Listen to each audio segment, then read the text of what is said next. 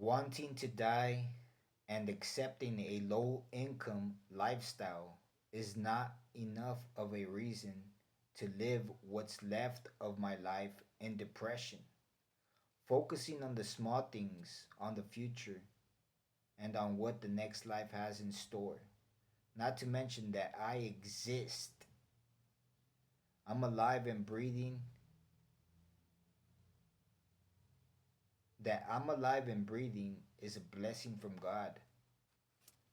Like sometimes I get depressed, and it's because of the situation I find myself in. I feel like I'm stuck in a sequence and wanting it to, fast forward, you know, because of boredom, because it's so unbelievable, the situation I find myself in.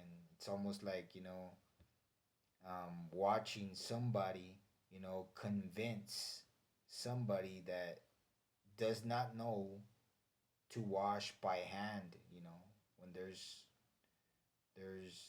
washing machines, when,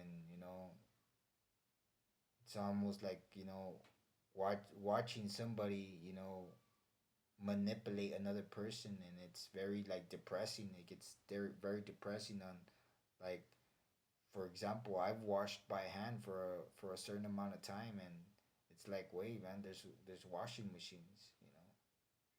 People don't need to do this. You don't need to do. There's certain things you don't need to do. I feel like I'm stuck in a boot camp, and you know nobody wants to let me out,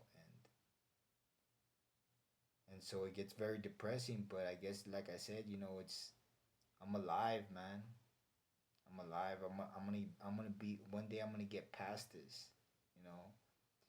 I remember when I was in prison, and I felt like I was never gonna get out. And the day came where I got out. You know, I was gone. It was another phase in my life that I left behind.